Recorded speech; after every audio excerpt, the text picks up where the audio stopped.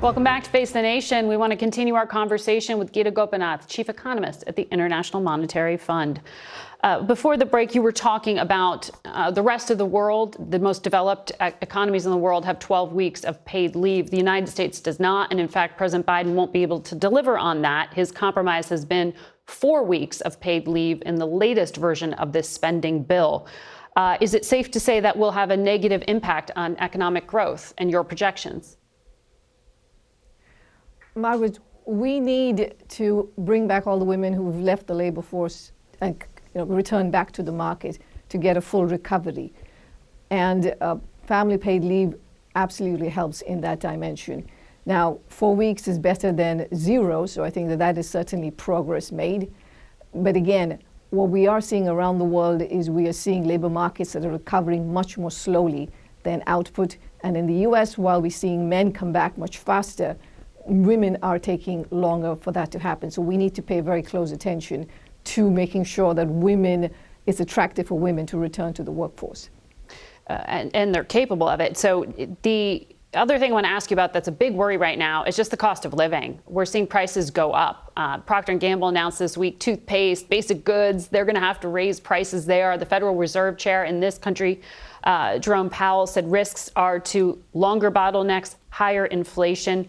How long can this go on before we lose control? Inflation has indeed come up high in these last several months. Now, some of that was expected after a deep recession last year. We've had a rebound in global demand. We've seen commodity prices come back up after crashing last year. But we're also now seeing the frictions between supply and demand not matching up. We're seeing supply chain disruptions around the world because the fact is that the grip of the pandemic remains, even though maybe it's somewhat lighter, it remains in the world, and that's creating disruptions everywhere. The way we see it is that these pressures will remain until sometime in the middle of next year, and then we should see us returning to more normal levels of inflation towards the end of next year. But this is going to take some time, and we are certainly seeing costs go up. Energy prices have risen again sharply at this time of the year, and that's going to feed into headline inflation.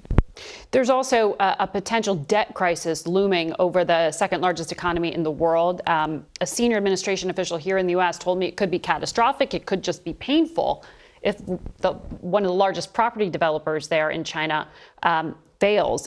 How do you see this playing out? The property sector is a very important part of China's economy, and Evergrande is one of the biggest property developers, which is why we're paying very close attention. But at the same time, our view is that the government has the resources and the ability to ring-fence the problem, which means that while we will see shake-up happening in the real estate sector, that it will be contained and will not spill over more broadly to China's economy. And therefore, we won't see a very substantial slowing in growth, which is when we will see repercussions to the rest of the world. So it is a risk, and it's a downside risk that we're paying very close attention to, but as of now, we believe that the effects can be contained. It's a controlled risk at this moment. That's right. All right.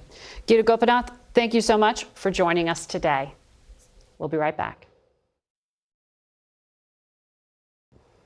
The chaotic U.S. withdrawal from Afghanistan and the Taliban's victory there has left many questions about whether Americans are actually safer now. Until a few days ago, U.S. Ambassador Zalmay Khalilzad was the Biden administration's top envoy negotiating directly with the Taliban. He brokered the Trump-era deal with the Taliban, in which the U.S. promised to withdraw all U.S. forces. And he joins us now for his first television interview. Welcome to the program. It's great to be with you, Margaret. The chairman of the Joint Chiefs of Staff, Mark Milley, said this was a strategic failure, the end of America's longest war. He said the enemy is now in charge in Kabul. Do you share that view? Well, I think there is a lot of anger and a lot of resentment about what has happened there. I think with regard to terrorism, we largely have achieved our objective.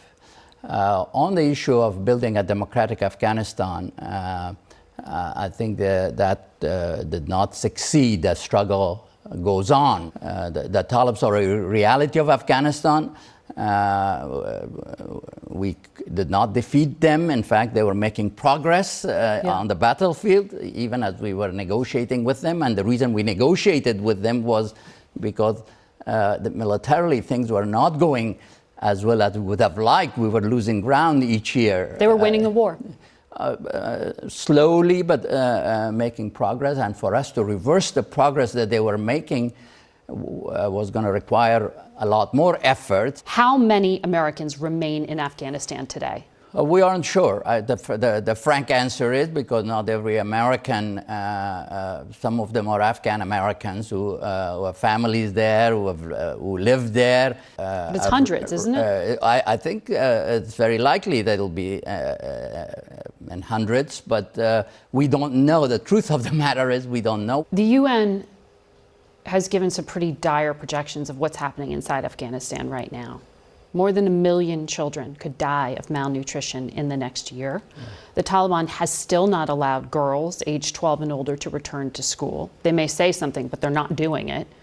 There are videos of women being beaten in the streets, just demonstrating for their rights. I mean, isn't this proof that the Taliban has no intention of becoming a democratic government or any kind of government that protects human rights? There's no question that the Taliban have a different vision for Afghanistan. It's a vision of a more Islamic government than existed before, and there is obviously disputes about the interpretation of Islam. Little girls going to school? Well, I think there is a disagreement inside the Taliban. Right now, for example, in at least 3 or 4 provinces, high schools for girls have been opened. And they say the same will happen as far as the rest of the country is concerned. And we should hold them to that, keep pressure on them. If they don't, Taliban don't move toward more inclusiveness, respecting the rights of the Afghan people, and then honoring their commitment to us on terrorism, there will be no move towards normalcy, and there shouldn't be. There should be no release of funds so their economy could collapse, and in that collapse, a new civil war could start. Do they know where the leader of Al-Qaeda is? The UN says he's living in Afghanistan. Well, the report that I have seen indicate he could be in Afghanistan or adjacent territories. Ayman al-Zawahiri. But I don't know whether the Taliban know it. The Taliban that I dealt with, they told me they did not know where he was. You did not include the Afghan government in the deal between the US and Taliban. That was a later step that you promised to include them. But for the deal you brokered, right. H.R. McMaster, retired general, former national security advisor to President Trump, said you brokered a surrender deal. How do you respond to that? How long did General McMaster think we should continue while losing ground each year? Why was that the case after 20 years? That with so much investment, so much loss of life, that we were losing ground to the Talibs. And the alternative was either a negotiated settlement or more of the same. And people way above my pay grade decided more of the same is not acceptable anymore. Because the American public had lost the will to fight. And the fight wasn't going right. The fight was not going right after 20 years. But on the specific point of one of the things in the deal, why did the Trump administration agree to the Taliban's demand that 5,000 prisoners be released? 5,000 prisoners who could very easily end up right on that battlefield. Right.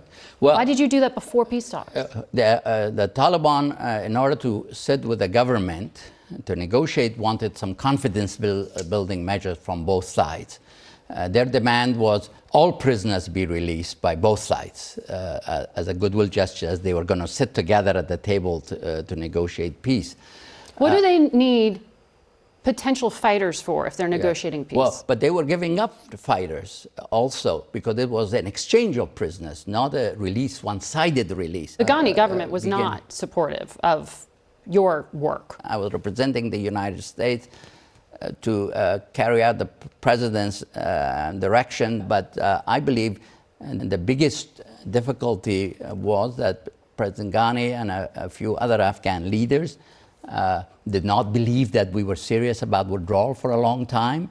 And they liked the status quo compared to a political settlement in which they might not have the jobs that they had, and the resources that the U.S. was providing would not be there. They preferred the status quo to a political settlement. But if the United States is promising essentially to deliver the Afghan government and to make this deal happen, wasn't it diplomatic malpractice for the Secretary of State not to be holding Ghani's hand, walking him through this? Shouldn't Mike Pompeo have been doing that? Shouldn't Tony Blinken have been doing that? Both of them spent a lot of time with President Ghani to take the negotiations seriously, to believe that we were... How was more arm twisting not happening then? If all the blame is to go on the Ghani government. I believe myself, now that you've asked, that rather than that we pressed Ghani too much, it's my judgment that we didn't press him hard enough. And that so the Trump administration could have pushed harder. We could have pushed harder. I believe, in retrospect, my judgment is that we could have pressed President Ghani harder. Secretary Blinken has said President Biden inherited this deal and not a plan to execute it. Right. Whose job was that? Well, I think that they did inherit the agreement, no doubt. They had an opportunity to take a look at it, and they did. They could have made a variety of decisions with regard to that agreement. They decided to stick with the withdrawal provisions. Why wasn't there a better plan in place from the Trump administration or crafted by the Biden administration to execute what you put on paper? Well, this execution of the last phase was not a military withdrawal that went awry. It was the response of the Afghan people to what was happening that created the scenes at the airport.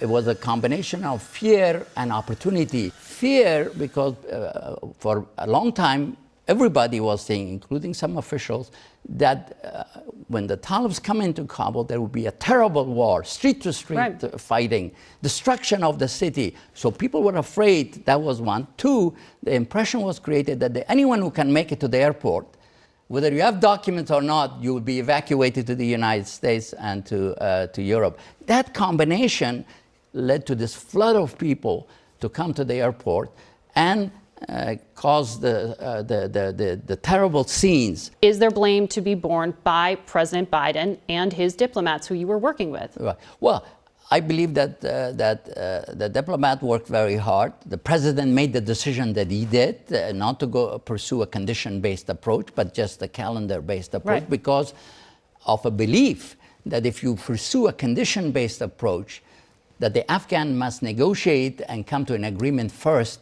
that we will be stuck there for a long time. In your resignation letter, you said this did not turn out as you envisaged. Right. I would have wished, I would have liked to see a negotiated settlement. Why wasn't there a plan in place, at least on the counterterrorism front, to deal with the Taliban, to talk to the Taliban? Well, we did talk to the Taliban. We have a set of agreements with them, some of which have not been released yet, on what they will do on the terrorism front. We hold them accountable to those agreements. The administration says that those agreements are not in place, which is why they're trying to build those relationships now with the Taliban. No, there is agreement in place. There is agreement in place with the Taliban on terrorism and counterterrorism, but... To do what? Well, that they will not host. They will not allow fundraising. They will not allow training. They will not allow recruitment by individuals or groups that would threaten the security of the United States and our allies, including Al-Qaeda. But since we don't trust them, and since we decided to leave, we're going to do that from beyond Afghanistan, and that remains a critical mission. Do you think Americans are safer now? The terrorist threat from Afghanistan is not what it used to be. The American people should be pleased, not with the way the final phase happened. We all are unhappy with that, but that the Afghan war is over for the United States. The burden has been reduced, that we achieved the goal of devastating Al-Qaeda in The Afghanistan. CIA says Al-Qaeda could reconstitute in as little as a year within Afghanistan. Well, our record of predicting things, unfortunately, we need to be a little humble in this regard. So we're not safer. You're hoping we are we are. much safer than we were before we went to Afghanistan. When Al-Qaeda, Osama bin Laden was running camps, right, and thousands of people were being trained. Al-Qaeda sponsored Afghanistan. That is gone. But from August of this year on? Well, we need to keep an eye on the situation, not to do the same thing we did prior to 9/11, as we were seeing Al-Qaeda was developing, training, organizing, and we didn't have a serious strategy on response to it until after 9/11. We shouldn't repeat that mistake again. Do you feel you were misled by the Taliban? Well, I don't allow people to mislead me. I do my homework. The whole of government, this was not Khalilzad alone doing this. I had the military, the intelligence, everyone with me. You're the only one out here defending it, though. But that's one reason why I left. I give you credit for coming and talking about it. One reason I left the government is that the debate wasn't really as it should be, based on realities and facts of what happened, what was going on. And what our alternatives were. The decision ultimately was made to put condition-based aside and follow a calendar. President Biden could have asked to keep troops longer, is what you're saying. He could have, then there would have been consequences for it, which is that the Taliban might not have accepted that, and therefore no attack on U.S. forces that was in place for so many months. 13 American service people died, though. As a result of a terrorist attack at the airport by Daesh, which the Talibs are enemy of. Carried out by ISIS. By ISIS, and they are at war with each other. But that bomber was released from prison by the Taliban. Well, not with the intention. Not with the intention, but that was what happened. So this wasn't an orderly withdrawal. 13 Americans died. I'm not saying it was an orderly withdrawal. This was an ugly final phase, no doubt about it. It could have been a lot worse. It could be a lot. The Talibs did help with the withdrawal. General McKenzie would tell you they did everything we asked them to do during that final phase. I was on the phone with them constantly. Push this. Close this road, allow these buses. It could have been a lot worse. Kabul could have been destroyed. Street to street fighting could have occurred. I went to Afghanistan after 30 plus years after the Soviet withdrawal and what happened. Everywhere you looked, there was destruction, like some German city after World War II. This could have been a lot worse. It could have been a lot worse. It can still be a lot worse, or it can get better. But the choice is now mostly theirs, Afghans. Rumi, the great Afghan born in Balkh, said, you can walk with people, you cannot walk for them. Ambassador, thank you for your time. Thank you for taking questions. Thank you very much. Good to see you. Good to see you.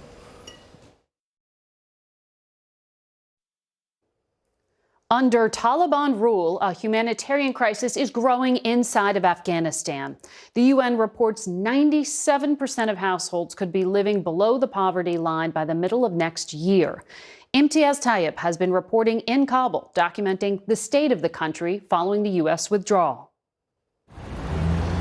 One of the Taliban's first acts after seizing Kabul was to come here to the green zone and to paint their flag on this blast wall outside of what now was the U.S. Embassy, to make it clear they're now in control. But so much across Afghanistan is already spiraling out of control. The United Nations is warning at least 1 million children will die from malnutrition without urgent humanitarian assistance, like 6-month-old Sophia. Please help us. Her father, Baba Shreen, tells us he's helpless. Kabul is a city I know well. I first started coming here over a decade ago, but never have I seen it so desperate. People we meet tell us things have gotten so bad, they're selling off whatever prosperity they once had. Those with even less come here, to a USAID-funded World Food Program distribution center. All that's on offer are sacks of flour and a bit of salt.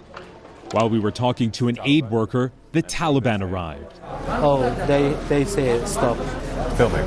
Yeah, we should continue later. We overheard a Taliban fighter ask his commander if he should kill us. It was time for us to go.